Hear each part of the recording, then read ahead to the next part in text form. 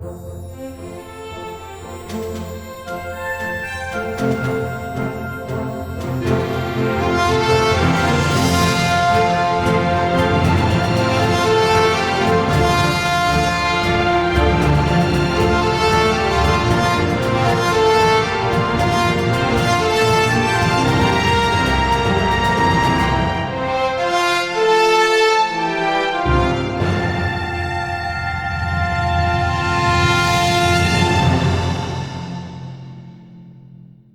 finally here, folks. It is top 10 time, the final video of the 2021 Justin and Tyler Movie Awards. Of course, we say cheers, we raise our glasses. We are at the end of the line, and it is the single most important video, obviously, that we will do all year long, the top 10 best movies of 2021. I'm going to kick things off with my number 10, which means Tyler will be the last one to present his number one best movie of 2021. But my number 10 is 007 No Time to Die, and this is a vanity pick for me. I don't necessarily think this is objectively the 10th best movie of the year. However, I have loved this Bond franchise. Just right from the, like, Casino Royale hit me like a ton of bricks. Yeah. And I love Daniel Craig as James Bond. I do want to point out that the director, Cary Fukunaga, is in a no-win situation.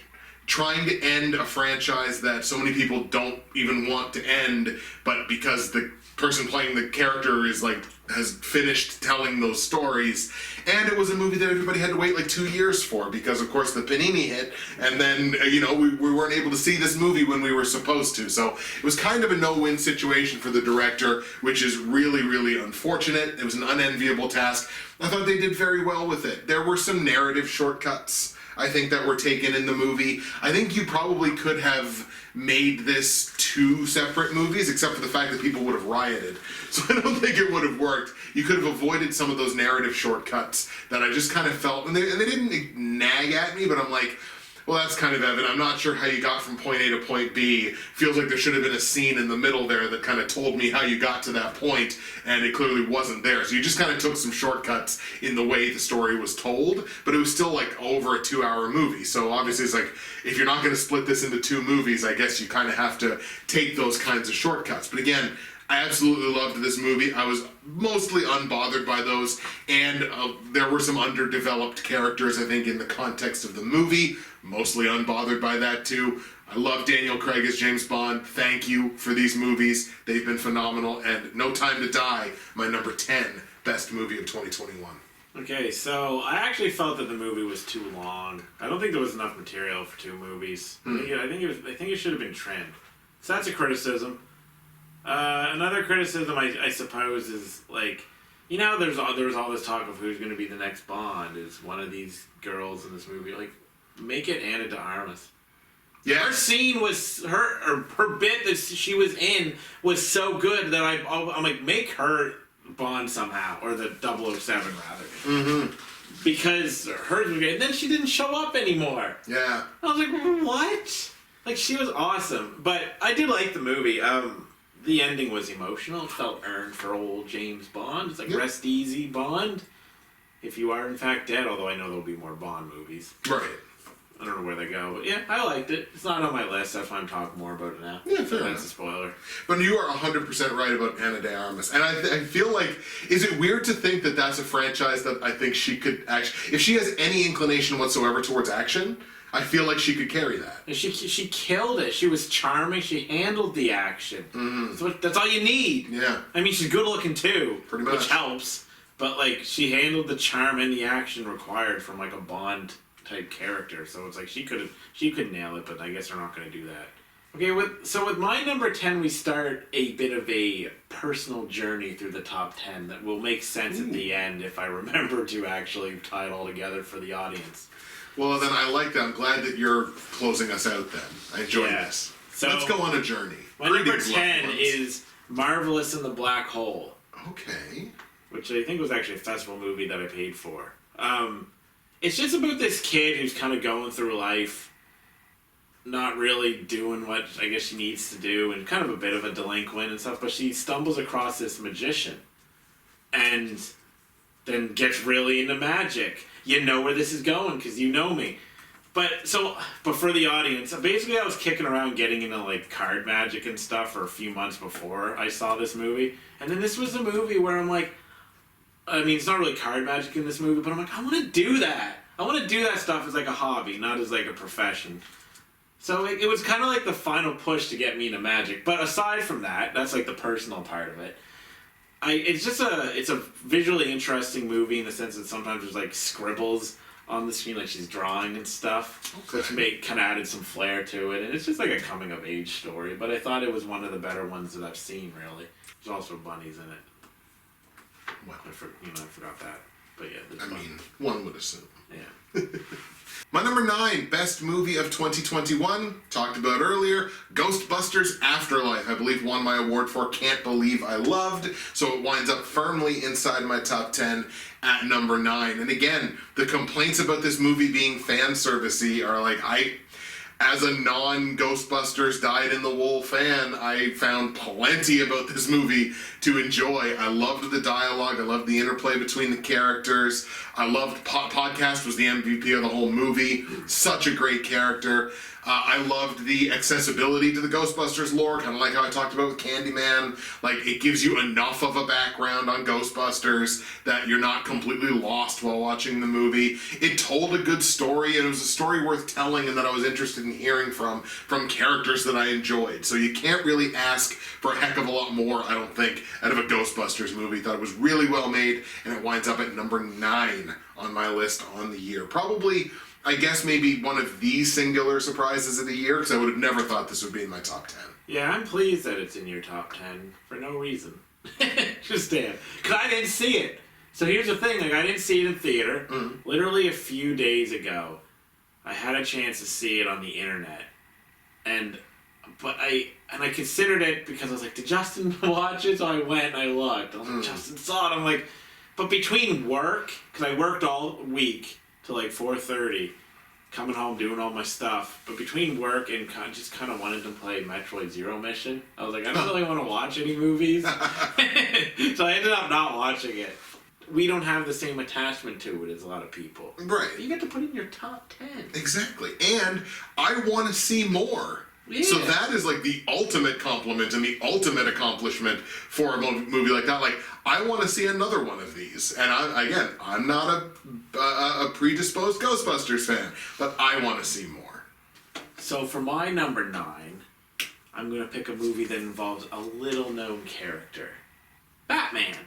Ooh. So it is Justice. No, it's Batman the Long Halloween. Ah, there you go. Two-parter. But I put it into one because I think they're both. I think both parts were superb. So I really liked the comic that it's based on, even though it was quite a while ago that I read it. So I kind of knew where some of it was going to go. But this was animated Batman done well. I crapped on Batman Soul of the Dragon in a previous video, but This is good Batman. It focuses more on the crime-solving elements of Batman than action, which is interesting that we get to actually see him as, the world's greatest detective type thing. And, the pacing is quick, even though it's like 2 parts, so there's actually a lot in there. It's brisk, but doesn't skimp on the details. And the animation is great.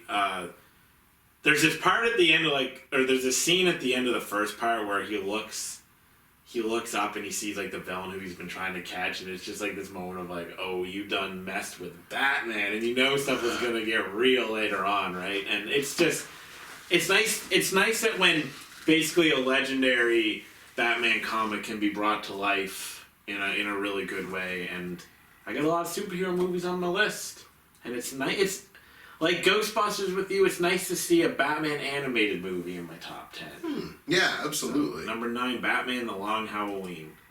My number 8 best movie of 2021 featured my best actress performance of 2021, so it is A Quiet Place Part 2.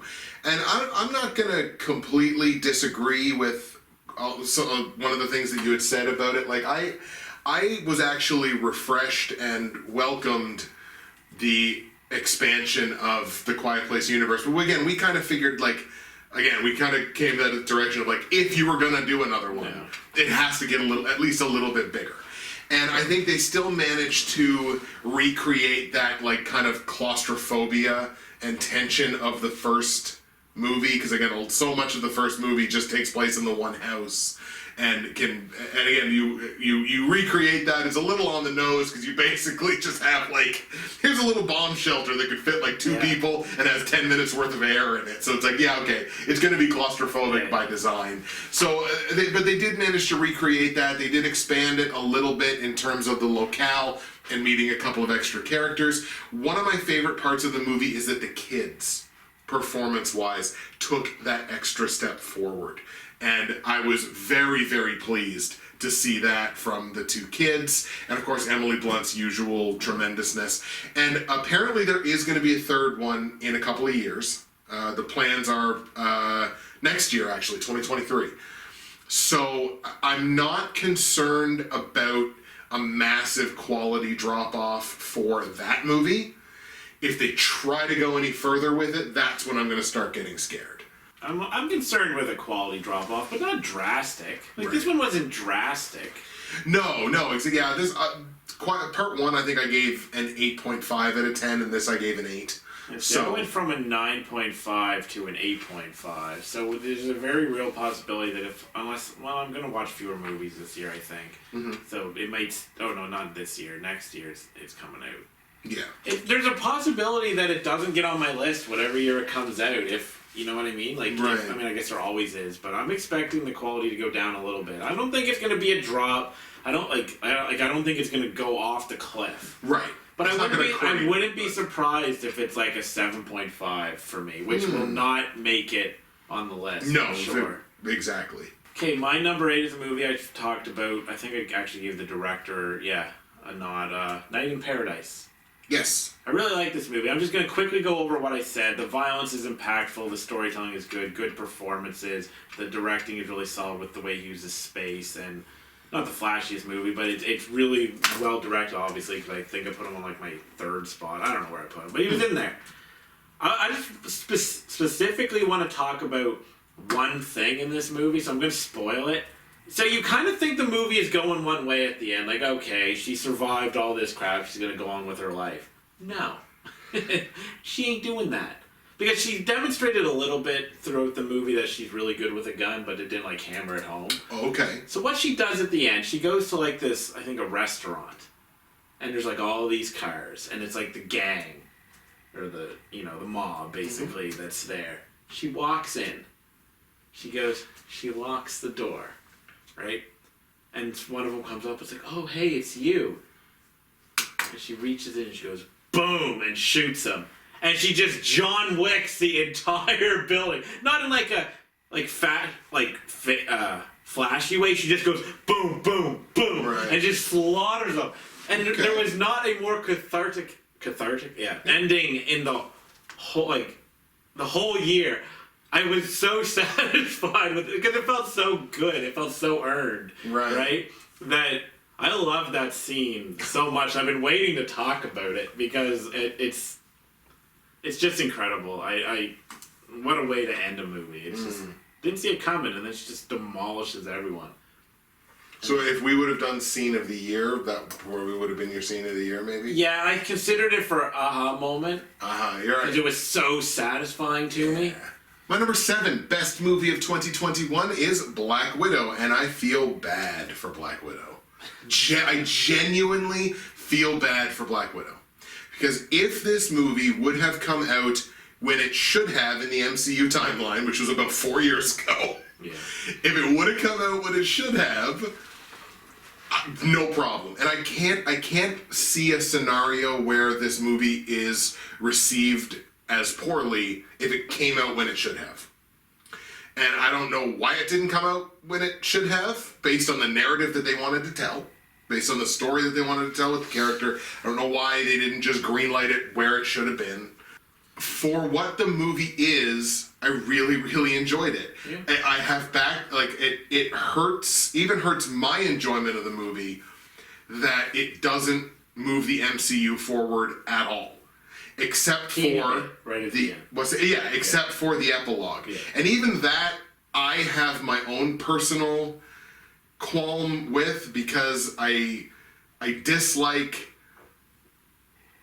a movie promoting what's going to happen in a TV show that then is going to propel movies forward. And if I don't watch absolutely every minute of everything, now I'm going to potentially get lost in the movie timelines. WWE. Right. Only with much better quality. Right, exactly. So like this is my problem. This is my cross to bear, apparently, because it's not like they're going to change it just for me. Right. But it is something that bothers me. But I liked that epilogue scene, and I know it was leading towards something that would at least be interesting for me to watch. So hopefully I'll get the opportunity to do that. And hopefully, if I don't, I'm not going to be totally lost when I sit down to watch a Marvel movie. But coming back to the actual Black Widow movie, I think ScarJo sends her character out here with style, and I think she sends it out with flair. I think it was a fitting end to her representation as this character, so it winds up being number 7 on my list. Yeah, I'll just add, I had the same problem as you being like, oh man, now you gotta watch all the shows, tie in and blah blah blah, but then I realized I'm gonna watch the shows anyway. What do I care? Right, fair enough. So I ended up not being bothered. Like when I first came out, I was a little bothered by it, but then I was like, wait a second, I'm gonna watch all these. Pretty much. So my number 7 is continuing on with the MCU Eternals. Oh wow, you really liked the Eternals. Yeah, I really liked it. It was a little bit different. The directing was really good in context of like a Marvel movie, but I don't think it's like Nomadland level. But she did a good balance between doing it a little more artsy, because there were some amazing shots in Eternals, but she like struck a good balance between fitting in with the formula of the MCU and putting a bit of her style in there. Although some people don't agree, some people think that it was a bad movie. We watched a different movie.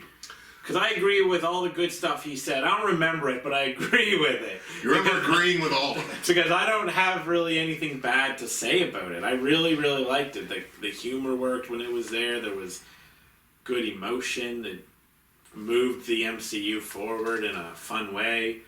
Chloe Zhao's a great director. Yeah, so I'll just leave it at that. Number 7 is Eternals. Yeah. And look, I'm never going to be upset when I see Angelina Jolie on my movie screen. I've been an Angelina Jolie person for quite some time. So anytime I see her, I'm like, okay, sold, I'm good, we got it. Yeah. My number 6 best movie of 2021 is going to stay inside the Marvel Cinematic Universe, and it is Shang-Chi and the Legend of the Ten Rings. So this, for me, is simple storytelling, because it's telling a very simple story. But it's simple storytelling, but it's elegant storytelling. The visuals in this movie I thought were tremendous. Some of the best that I've ever seen in the MCU, and imagine the territory that covers. We're talking about a decade or more worth of movies. Some of the visuals are just absolutely brilliant. I love the introduction of this character. I love the personal stakes that this character has with the villain, or with the primary villain, I guess. I'm emboldened and feel very comfortable still with Marvel's ability, after all this time, to still not only introduce new characters, but still have plausible deniability about why we haven't seen them up to this point, and still make the audience give a damn about them. Like, at this point, you would almost expect that an audience would be like, yeah, okay, new superheroes, cool, whatever. What's Iron Man doing again? Oh, that's right, he's dead. Why am I still watching these movies? Like, it would, like, at this point, how long, the MCU's been going for 13 years, so it's like, it would be totally understandable if we were at that point. We don't seem to be at that point. It seems like audiences are just like, no, give me more, give me more. So when you can still introduce a character like this, still have an explanation as to why we haven't seen them, and tell an elegant but simple story and make everybody care about them, I think you've achieved something very special. And that's exactly what I think they achieved with Shang-Chi. It is my number 6 best movie of 2021. Yeah, they've shown an exceptional ability to introduce characters that non-comic fans don't know. And me, even though I like comics, I don't read them all the time or anything. Right. Even I don't know some of these characters, right? So I think it's cool. And that's long-term storytelling for you. Yeah. That's sitting down and saying, okay, where do we want to be in 6 years? Yeah, that's not just being like, okay, here are the most popular characters in comics. Let's only do those. Right. So my number 6 is Under the Open Sky, a movie that got a mention in Best Actress because of Koji Yakusho. I think this movie, even though it's all competently made in every single way, I think it lives and dies on the performance and the script. So obviously the performance was great because it was one of my favorites of the year.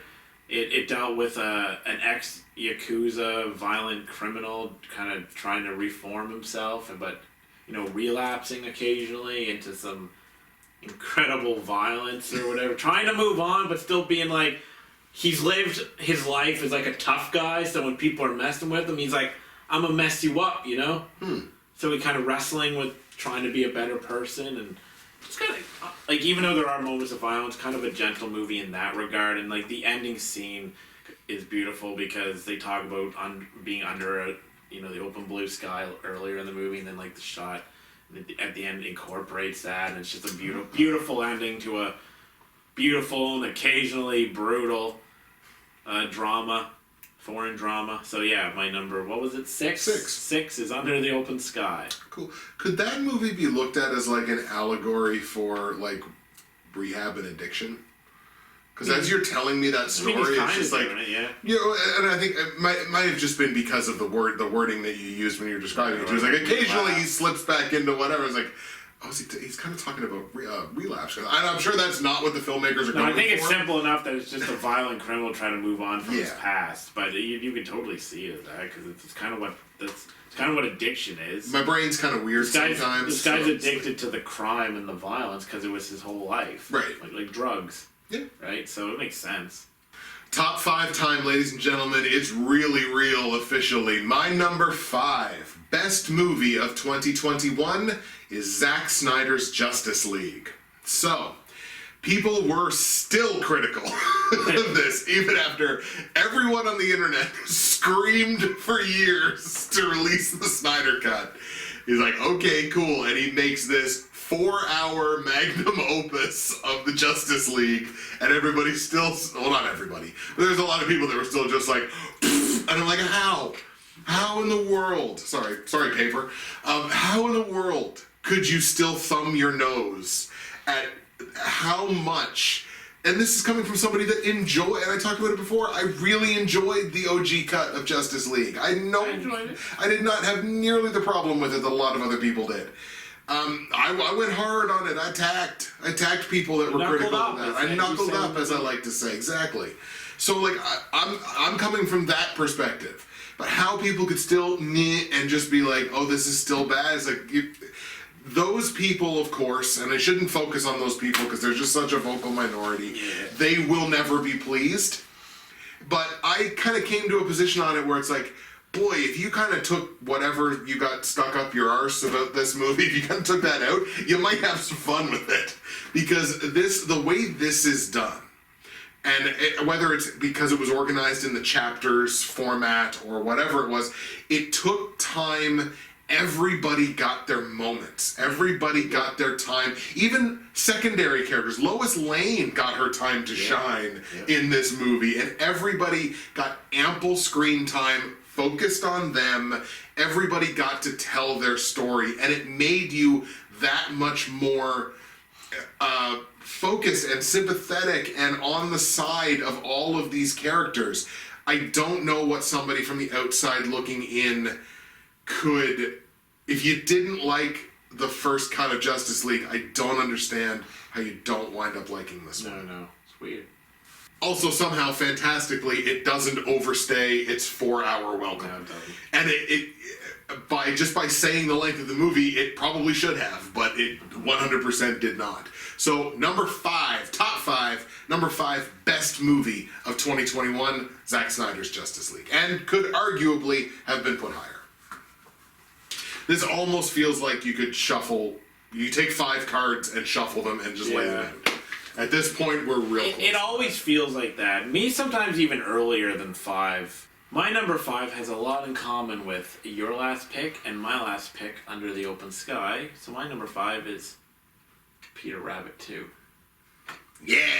So think about this for a second. Number 10 had something to do with me getting into magic and like a new passion, I suppose. That's one. Number 5. And another important number in the top 10, because the most important numbers are 10, 5, and 1. The psychologically satisfying ones, totally. So 5 is a rabbit. There you go. We won't get into 1 yet, but I'm just trying to tie the personal stuff together. So obviously the rabbit is a personal connection. I don't even want to talk about this much. I understand this shouldn't be number 5. I also understand that I don't care. So here's the thing. When I first made my list, I put it number 5. And I thought, man, do you really want to let the bunny bias run wild like Hulkamania? Right? Like, it's not number 2, but I mean, still. And then I was like, we'll move to 8. I called an audible earlier today. I was like, you know what, it's going to 5. I don't care. It's going to 5. I like the story in making lists too sometimes, right? So number 5 is nice. This is better than the first, even though I actually love the first. Does the same things that I loved about the first. It is meta. A kind of like obscenely meta. I'm cool with it. Has bunnies. It's very funny. And it's just, it moves across at this pace that not all the jokes work. Right. But they just boom, boom, boom, boom, boom, ha ha ha, boom, boom, boom, ha ha, boom, boom, like enough of it, right? They just keep throwing at it. Sometimes that doesn't work in movies, but it works for me here. The beginning when they're at like the wedding and he imagines himself destroying the wedding. It's so funny. I like that, and I agree with you on the Green Day song part 2 because we both laughed at that. It's incredible. It was so good. Like I'm a child. I'm in on these Peter Rabbit movies. I'll take a third. And I'd even argue that like the storytelling in this one, like the character development of Peter in this one was arguably more emotionally evocative than the first one. Yeah, I agree. And you would think that the first one would have the edge there because you're introducing the character. No, they do. That's a good point. They do a good job in this in building the characters, especially like the relationship between Peter Rabbit and the guy. I can't remember his name because the girl loves him. Yeah, it's like totally. This is my Peter. This is my rabbit. My rabbits. It's true. But you're not messing with my rabbits. Yeah. Like I love these movies. I don't care. I just love them. Just as you say with Star Wars, just let me be a Peter Rabbit fan. Just let me be a fan. Go away and let me be a fan. Let me be happy. And I gotta say though, one quick thing, like it isn't like here's the thing, when I saw the first one a bunch of years ago, I didn't even expect to like it that much. Because I didn't think it actually looked that good. I was just like, I'll watch it, there's a bunny in it. And I really liked it, so that's kind of, I don't know why I'm telling you this now. I said this in the year, whatever year it came out to, but I'm reiterating it so people aren't just like, of course it's a bunny. He just loves everything with a bunny. He's like, no, I didn't expect the first one to be great. I expected the second one to be great, and it was. My number 4, best movie of 2021. There's a bit of recency bias playing in here, but I can at the very least accept it. It is Come On, Come On. So this is obviously driven by Joaquin Phoenix, passion project for director Mike Mills, who wrote this screenplay, directed it. And I saw one person levy a criticism against this where it's like, I think you'd only like this if you believe children are like the fountain of all wisdom in the universe. I think was the way that he characterized it, and I was like, I guess I can see where people kind of get that, and that might be a criticism that that they might want to levy. But look, all I can say is the powerhouse performances, not only of Joaquin Phoenix, but Gabby Hoffman, who's in this as well, and she's really good. The powerhouse performance is there, and it tells such an interesting story that evokes big questions, big concepts, big conversations, not the least of which obviously is being the way that children, or the way that children may view the future. I think it's an important conversation to have, and just the story of this like kind of absentee uncle and absentee brother dealing with what split their family apart, and then actually getting to develop a relationship with his nephew. It was a beautiful movie, shot incredibly well. Kudos to Mike Mills, who obviously was one of the honorable mentions, I believe, for my best director this year. Come On, Come On is my number 4. That's an A24 movie. There you go. I didn't see it. A24, A1 A24. Damn. I had no interest in this. I even watched the trailer, which I don't always even do with an A24 movie, because the studio, it just kind of sells itself to me. But I watched the trailer for this, I'm like, I don't want to see this at all. But I'm glad you liked it. Yeah. with my number 4, we're going to the big boys. Godzilla versus Kong. Yes! Yeah! This actually benefited a lot from, like, the fact that I was talking to my little brother about this recently. Okay. And it reminded me of how much I loved it. Like, I know I loved it, but it came in, like, what, March? Something like that. So it had a long time to suffer from being released earlier in the year. So, like, I might have only put it at, like, 10 or something, right? But we talked about it and it just reminded me of how great this movie is. The action works, all that completely made, but I want to touch on a point that you made. Because I think I add a little something to what you said, but maybe I'm just repeating what you said. But it's the actual conflict between the two. It's like everything you said, you know, Godzilla wins the first one. And he should have, because it was in the water. You're like, Kong does not have a chance. I think, yeah. And they're like, you gotta let him go. He has to be able to defend himself, which was an awesome scene, and he can't because they're on like ships, and Godzilla, well, he's obviously gonna win that. And then like Kong wins. The second one was like, that's cool. And then like through the movie, they're saying, you know, or maybe it was Kong Skull Island that Kong bows to no one, right? Right. That was like the whole thing. So then when the third one rolls around and Godzilla pounds him down and has like his foot on him. Right. But Kong, defiant until the end because he bows to no one, roars at him, and Godzilla's like, respect. Yep. Right? And that would have been cool enough as is, because Godzilla should win. I know I'm a Godzilla person too, but he should win. Yeah. But then they let Kong have the moment near the end. Yeah. Right? When Godzilla was like, he was spent, and Kong came in like a badass and saved the day. So it was like perfectly booked, as you say. Absolutely. And talking about that with my brother, I was just reminded of how amazingly that played out. Like that conflict, so many people were, including myself, were scared that they would cheap out. Well, it's a tie. We can't have one win now. They didn't miss out on it. And I respect that immensely. So then, aside from that, you know, the soundtrack was really cool. Junkie XL did it. I name dropped him in a previous award, and yeah, just a big action movie. Not even a dumb action movie, because the way, like I said, the way it's booked is actually really intelligent. So there's actually some thought put into the fight, which I don't know if anyone expected, because it's Hollywood. That's true. They wimp out on things, but they did. So yeah, number 4 is Godzilla versus Kong. Sorry about that bad angle, folks. We're back to the middle. Number 3, my number 3 best movie of 2021. It's going to be relatively quick because I've talked about it in at least, I think, 4 different places, if not more. It's Last Night in Soho. Look, Edgar Wright has proved to me at this point that he is one of probably my all-time favorite filmmakers at this point. He's shown me enough to put him on that list. This is visual stylishness. This is stylishness with the music. This is incredibly placed horror elements that I don't know why. Maybe it's because I try to do as little research as possible heading into a movie. I didn't expect them. I don't know if it was like I didn't expect the stuff that I didn't see in the trailer. Right? So like I knew there was going to be some darkness to it and some of those elements in there, but what eventually got shown, I was like, oh, this is like a flat-out horror movie now. Like, this is okay. I just didn't have that expectation of it going in. Obviously, the incredible dueling lead female performances. Everything about this movie led itself to being probably my most enjoyable, entertaining viewing experience of 2021. Not my favorite movie, obviously, because it's number 3, but my favorite viewing experience of 2021 had to be Last Night in Soho. The only criticism I have of the movie is that the mother's character device is kind of underexplored. Right. Not that it's a central thing in the movie per se, but how it relates to Thomas and Mackenzie's character does make it kind of central to the movie. So I would have liked maybe you could have a 2-minute scene, a 2-minute exposition fairy scene, talking about that and just giving that a little more substance. That would have improved or certainly it would have improved my feelings on the movie in retrospect, right? All right, so my number 3 is Spider-Man: No Way Home. This is going to be weird because I'm not actually going to say that much about it.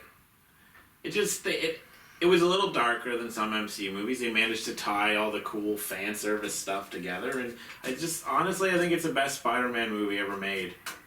Yeah. And in any other year, it might have been my number one. I'd have to look, well, except for maybe Infinity War and all that other stuff. Right. But it would have a chance of being number one in really any year. But that's really all I got to say. I know it doesn't sound like I'm that enthused by it, but it just did the MCU formula perfectly and gave us all this cool stuff, different villains, and gave them cool arcs, and also had Daredevil in it, which I did not know. All right, that's Tyler. That is an excellent pick. I would like you to ask me a question, if you may. I'm going to give you the question to then interview me. Oh, all right? That's less fun. I had so many questions. Fair enough. I'd like you to ask me, hey Justin, why do you like movies? Hey Justin, why do you like movies? Spider-Man No Way Home, which is my number 2 best movie of 2021. Almost a consensus! I know, but so I also close. was wrong. Right. Because I thought, so I guess we say this now? I thought it was his number 1. Yeah. And now I know he's number 1. But Right. that's okay. But that's okay. This was my number 2, and look, I think you're right in saying this is probably the best Spider-Man movie ever made. I think I could go further and say I think Tom Holland is probably my favorite Spider-Man. Oh yeah, same. Agreed. Easily. I agree. Yeah. And that's me saying that in full deference to, like, I really like Tobey Maguire's Spider-Man. Yeah. I didn't get to see enough of Andrew Garfield's Spider-Man to make a distinction one way or the other. I don't think, 'cause we only got to see 2 movies. But I really like Tobey Maguire's Spider-Man. But look, Tom Holland is just, I think, on another level with this character. Yes. And I think he and Zendaya have more chemistry as an on-screen couple. Well, they're a real life couple. Well, all 3 of them have been real life couples at one point. Fair. Oh, okay, I know what you're Right? doing. Okay, yeah. So compared to Toby and Kirsten Dunst and Andrew Garfield and Emma Stone, like, they all wound up being couples. Yeah. But I feel like that Zendaya and Tom Holland just have so much more on-screen chemistry than the other ones, and maybe it was because they played the roles and then became. Well, then again, that was the same way with Tom Holland and Zendaya, so I can't really say that. Any movie that's got some time travel shenanigans in them are always going to be a little like, well, what about this? Isn't that a repercussion of time travel? And it's like, you know what? Maybe just don't. I almost never think about it with time travel movies. I try to avoid it as much as possible because it's like I'm committing to the idea that yes, there's going to be time-related shenanigans, and some of them are going to be explored, and some of them aren't going to be. And I think that's just kind of what you have to commit. And this is, look, in No Way Home has the exact same thing, and it's like, well, shouldn't there have been this? And it's like, I'm just not going to go ahead and worry about that. Which is, everything in this movie was executed to its absolute zenith, and were it not for the movie that will be number 1 on my list, it would have easily been my number 1 movie of the year. But Spider-Man No Way Home, number 2. One little thing I forgot to mention. Mm-hmm. Walking out of the theater, there was this, I heard in the distance this woman being like, that was better than I thought it was going to be. Yeah. And I'm like, there was people who didn't expect it to be awesome. It's true. These people exist, so I want to let you all know there are actually people who didn't expect this movie to be awesome. Let me also say, I love the concept of revisiting these characters from these other movies, but after their movies. Yeah. Whether it's the main characters or whether it's the villains, I really enjoy the concept of revisiting them after their movies. Yeah, that's cool. That's neat. Good job. Okay, my number 2 brings with it an interesting consensus of sorts. Well, I'm just going to use the word consensus because we like to use it. But my number 2 is Justice League. For real this time. I've already thrown fakes at him a couple times. Yeah, but here's the thing. I'll explain the consensus thing, but to be fair, my 1 and 2 are 1A and 1B. Yes. Fair. I actually agonized over this. Because I'll get into it with number 1. Okay. But this, for the record, was what I thought his number 1 was going to be. And that's why it's an interesting consensus, because we were both wrong, and both of our movies that we picked for each other are number 2. And number 2. And I know we don't have a consensus number 1. I don't know that. Maybe you do. I'm pretty sure. Justice League. Okay, let's get on with this. Let's go. I said back in the movie awards when Justice League came out originally, I said I think that if Zack Snyder, the Snyder Cut, if it was ever released, would be, I think I said bigger. Like, not in terms of length, but feel bigger. Yes. I was right. 100%. This movie feels massive. This movie feels like an event. And not just because it was the whole Snyder Cut movement behind it, but it actually feels special from the moment you turn it on. And why do I know this? I've watched it 3 times. Oh my God. 12 hours of Justice League. Wow. And it felt special, like an event. Like I was sad it was over every single time. Those 4 hours were used perfectly. So let me just... So it did a good job of establishing the characters that weren't necessarily established before. Now we had... Well, Batman wasn't really established so much in the Snyderverse. He was a little with Batman. I guess he was with Batman vs. Superman. Yeah, I guess he was. Wonder Woman was, because of the first Wonder Woman. And Superman was. Aquaman, I guess Aquaman was too. But so we had Cyborg and the Flash, and he just established them. Like it's arguably a Cyborg movie in a sense. Yes, they spent a lot of time on him, and I think even he might have said that.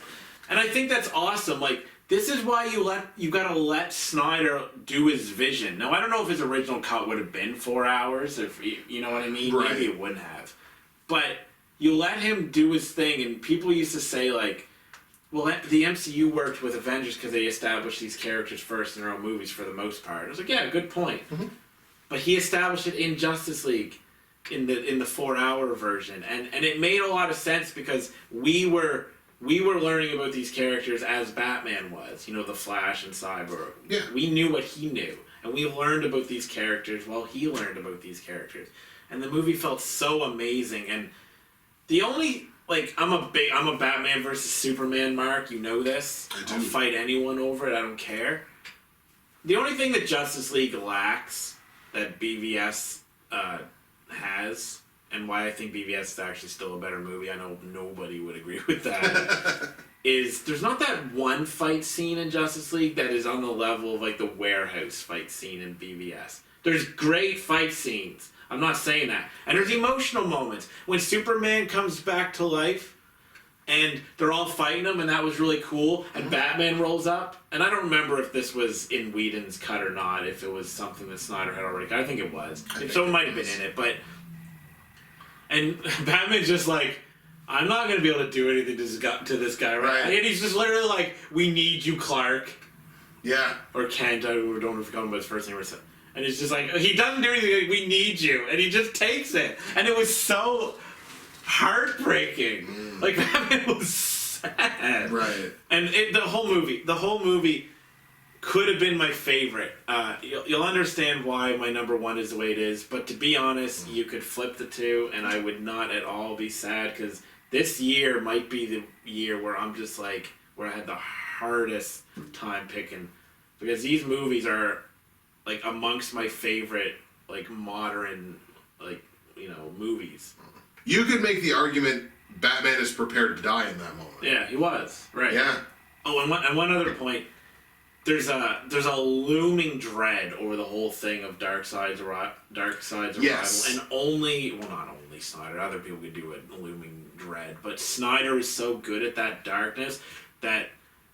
He really brought, like, it didn't feel like a horror movie technically, but there was, like, moments of it where it's just like, you know that something real bad is coming, and he does that in a way that other movies don't. Like, yeah, lots of movies are like, oh, there's something bad coming, but this was like, nah, there's something going on here that's scary and life-threatening. In the same way that the MCU set up Thanos. Yeah, exactly.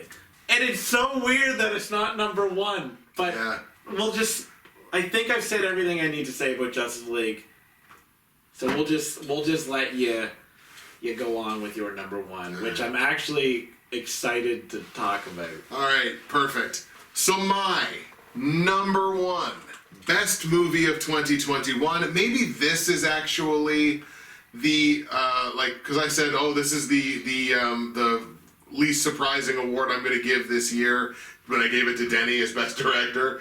I guess maybe this might be the least surprising that I would give this year. My number one movie this year is Dune. And I want to say, I understand a lot of the hardcore Dune fans. I don't even know if I want to call it criticism, but just like notes. Look, I understand their notes about this movie. And their notes, a lot of the notes boil down to, oh my god, how could you not have talked more about this character? Oh my god, how could you not have introduced this? How could you not have talked about this? There's this that is in the first book and it's not in there at all. And it's like, you still have to make a watchable movie. Unleash the Villeneuve cut. Like, I want to see a 4-hour director's cut version of this movie.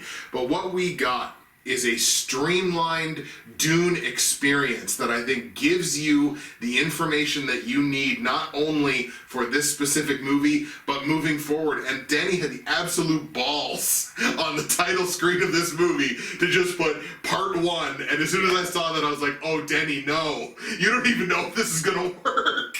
Like, you really don't know. He's an artiste. And he just knew, but you know what? He knew when he was 9 years old he was going to make this movie. That's awesome. And That's it's just so like, cool. Dude, when I was young, I was thinking about making this movie. I was dreaming big. That's awesome. And he just I didn't know knew. that. Yeah, and he just knew, and he put it there, and I was like, oh, Denny, no. And then at the end of the movie, I was like, Denny, yes! Yeah, that's cool. That's really cool. I can't gush about how beautiful this movie was enough, and I can't gush enough about how, like, Timothy Chalamet and Oscar Isaacs and even Jason Momoa and everybody, Zendaya and everybody that was in this movie brought this thing together. And it was just, as soon as I finished watching this movie, it was undeniable. Even knowing that Spider-Man was on the horizon, it was undeniable for me that this was going to be my #1 movie of the year. So it's Dune. I make no excuses. It is Dune. While Tyler's looking at his notes, the last thing I kind of want to point out is, I know I've talked about comparisons with like Blade Runner 2049, and I think I may have even said this line. I know I've said it to you, but kind of what puts this even above Blade Runner 2049 for me is I needed that second viewing of 2049 to really get to the point where I fell in love with it. I knew almost immediately I would need no such second viewing with Dune. So that's kind of why I put, in the context of Denis Villeneuve movies, I'm going to put Dune above 2049, but it's specifically for that reason. Well, you kind of teed me up by mentioning Blade Runner, because I knew this was coming. I guess I wrote a note about it. I wanted to come in here and be like, bam, Dune, one of my favorite movies of the year. Like, I wanted that Blade Runner 2049 moment of, well, not quite the surprise, I guess, where like it ended up being one of my favorite movies of the year. Probably in retrospect, it should have been my #1 instead of my #2, but I don't share the same love. And this might be the only time where there's been, when we got to the #1 picks, where there's like a minor disagreement. Like, there's been movies that maybe one of us didn't see, so we never really commented much. Like Tigers Are Not Afraid, I know you didn't see it. Right. So it was like you didn't have much to say about it. But for the most part, I think we share some level of the same excitement.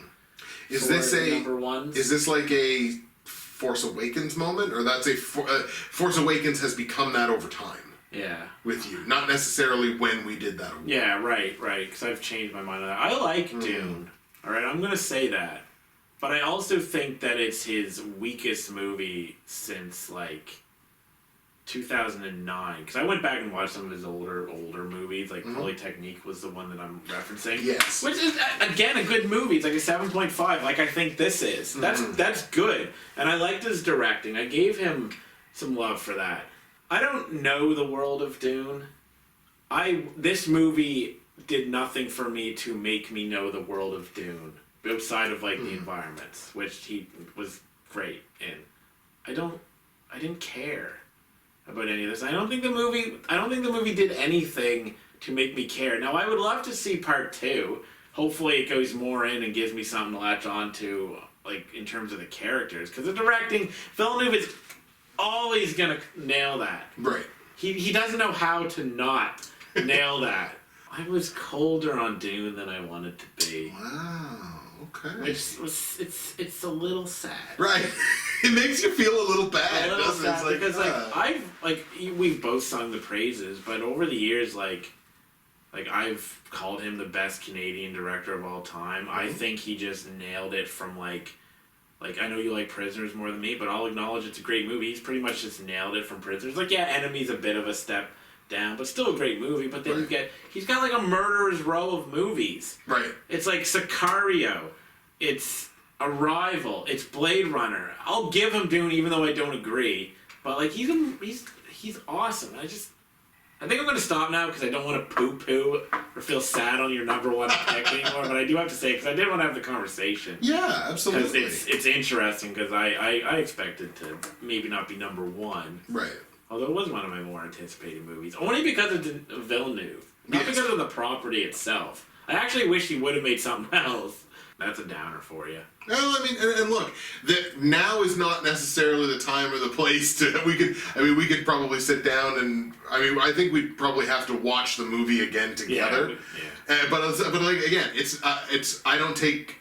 And I know you're not expecting it. I don't take any responsibility in this moment to try to change your mind about the movie, because what you feel about the movie is what you feel about the movie, and it's 100% valid. But this is one of those instances, I think, where like I would relish the opportunity to rewatch this movie with you and see if maybe we can come a little closer on that. But no, look, that is totally fair. And I knew. I kind of thought maybe it might land somewhere very low on your list, maybe even an honorable mention. But when it wasn't, I was like, boy, I don't think it's going to be on his list anywhere. And especially as you started getting higher, I'm like, okay, there's no way he liked it this much. I'm pretty confident that he didn't like it this much.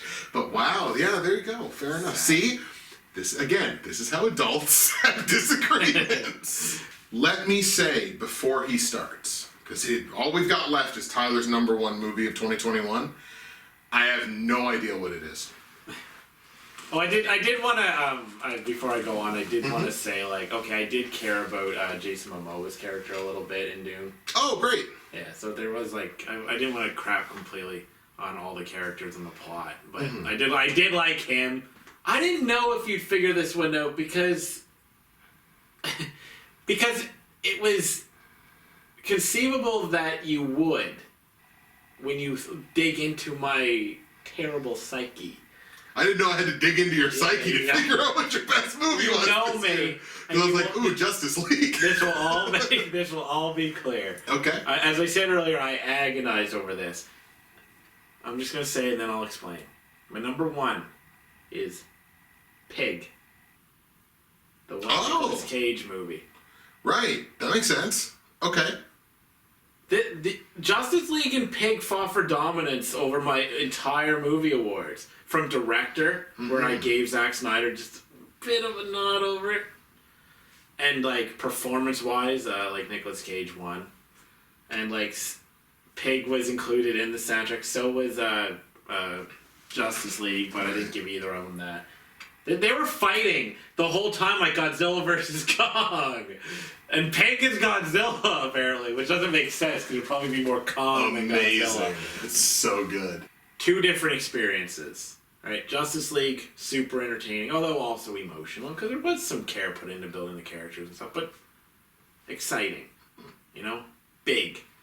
Pig, small, very emotional movie. I already talked about the audio and how I think, but I'll just kind of briefly touch on it for people who may not have watched it. The way that the audio connected Nicolas Cage's character and the pig in a way that really excited me, honestly. I've talked about that particular part so much whenever I mention this movie. I love that from an artistic standpoint. This is why I thought you might have been able to guess it. The pig reminds me of my bunny. That's fair. This is what it is. But then I didn't know if you had seen Pig, so that would have maybe helped. Right. I guess you didn't, or you just didn't think much of it. No, I didn't see it. Yeah, so maybe had you seen it, you would have been able to be like, okay, because let me paint the scene. There's this guy. He lives out in the woods with his pig. Not talking around anyone. He just loves his pig, right? And it's a truffle pig, and this one guy who doesn't give a crap about the pig comes in like every Thursday to get truffles that Nicolas Cage's character goes and finds. Because the movie, what happens in the movie is a pig gets taken away from him, and you think it's going to be a John Wick revenge flick, but it ain't. Right. It's more unpredictable than that. But also, I could also see somebody being like, it's kind of boring. Because it goes in unpredictable ways, but it's not an action movie. And it's like based on like Nicolas Cage's character is like a former chef that was like legendary. So making like bougie food, right? Not even something I'm interested in, honestly. And it's his journey to try to get his pig back, and he gets that guy that comes get the truffles to help him because it's his ride. even though they're not really friends. They're just like Okay. business partners essentially. And the whole time he's just basically he's got one thing on his mind, like, where's my pig? Right? And he's not always yelling at people, he's doing things and whatever, but essentially it's just one thing, where's my pig? Where's my pig? Right. And they find out, like, they go to that other, I wish I knew his name, the other guy with Cage's dad's house, who's like a big deal in this world apparently. And he's like, you don't want to mess with my dad or whatever. And the dad at first is like tough, like, I don't know where your pig is, I don't care, right? Like, get out of here, right? And there's this scene where they're standing outside, kind of leaning against the car, and it pans out, and you see the house and stuff, and Nicolas Cage is like, I don't need the pig to find truffles. And Right. and then I'm going to swear here, I guess. Is that okay? Yeah, that's fine. And the other character, because I think he swears, he's like, well, then what the fuck are we doing this for? This was an aha moment, even though I knew it was coming. I was going to include it because it's so emotional to me, because I knew it was coming, but it had to come. If it didn't, I would have been upset. He just goes, because I love her. And I'm just like, oh my god! Right? And then to spoil it, I guess, but he ends up finding out the pig is dead. The junkies because eventually the dad comes around and starts crying himself, and he's just like, look, by the time we got the pig, there was nothing left of it. And Nicolas Cage I'm like, no! And I had to watch this movie twice. Oh, no. And it's so hurtful to me, but now you understand why I love this movie, because that would have been me if someone Right. stole my money. So, again, two different experiences, Justice League and Pig. You ask me tomorrow, I might put Justice League, but you know what? The Justice League was shoveling out their own justice, so I'm shoveling up my own justice here by bringing in a movie that reminds me of the Bun. So this concludes the personal thing I got going on. personal We're journey. 10, 5, and 1. It all ties into me on a deeply personal level. Two of which is about the Bun, but still. Well, So anyway, yeah, my number one. I think I said everything. I know I had to explain a whole bunch of the movie, but that was what was so impactful about the movie. Yeah, there's really nothing else to add. I have now dissected Pig for you all, and I guess I will say it's not even totally unsuspected, because like I've seen it in critic lists. Mhm. Like people liked this movie a lot, and that was cool. I'm glad. I'm Cage putting in like basically a career best. I love Pig. Number one is Pig. that is the surprise of the year for sure. That it wasn't Justice League, that it was anything but Justice League, was wow. Would have been Justice League. I didn't know of Pig's existence.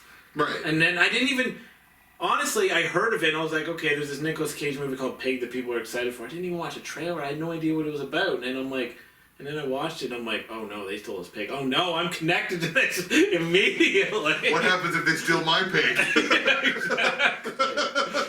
But I also understand why some people would find this boring. Like I told what I said to you to my older brother, who's like, he loves movies, but he's not like the same as us in that regard. He was like, that sounds boring.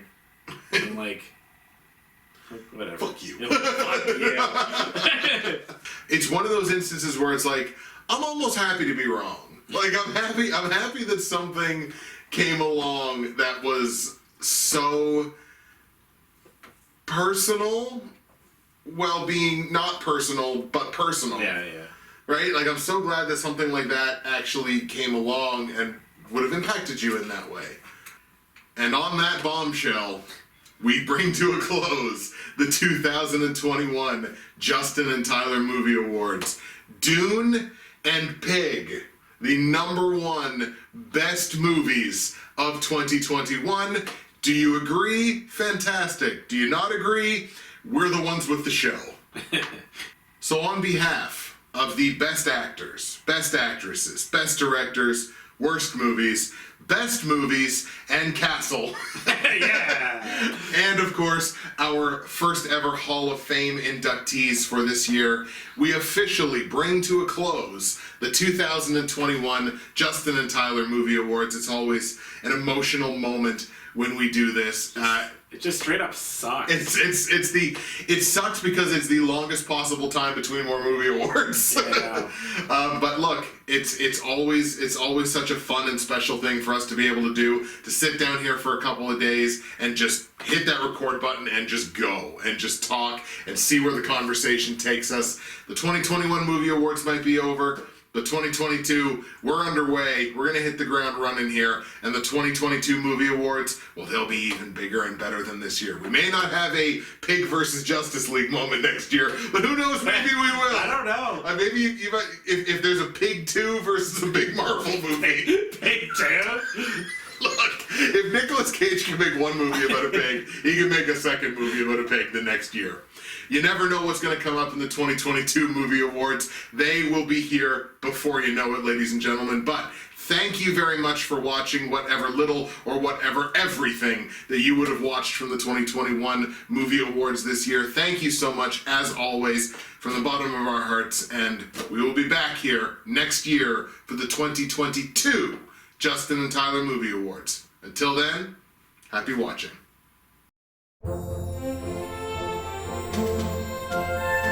Thank you.